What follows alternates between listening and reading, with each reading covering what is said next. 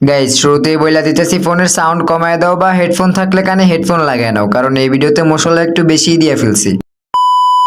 ডিস্টিং ডিস্টিং তোমার আম্মারে কয়া দিও তোমারে সাবধানে রাখতে, আমরা কিন্তু লোক সুবিধার না, বুঝছো?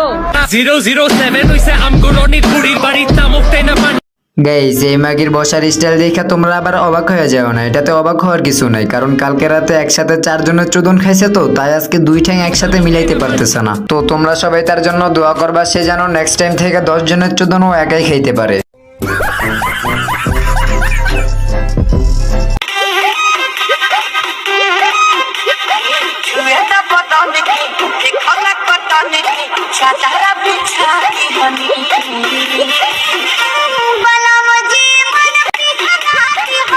গাইজ ওদেরকে আমরা যতই রোস্ট করি যতই বাস বলি তাও ঠিক হবে না তারা, কারণ ওরা তো লাইসেন্স প্রাপ্ত ম্যাগি হয়ে গেছে, খেয়ে 12 বেড়ার পুটকি মারা।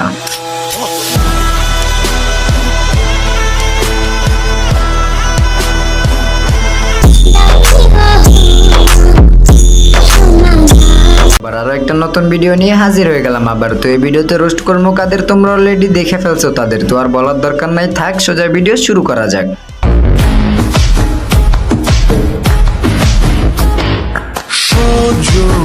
সজনী তোমার দেখিয়া মাতাল হইয়া রাতের ঘুম গেল ইউরিয়া।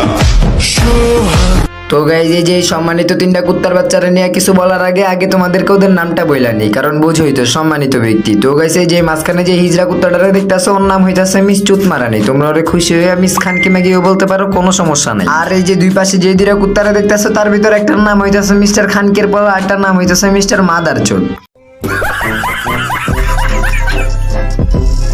গাইজ আজকে তোমাদের সাথে একজনের পরিচয় করাই দিই। এই যে স্ক্রিনের উপর যে চ্যানেলটা দেখতেছো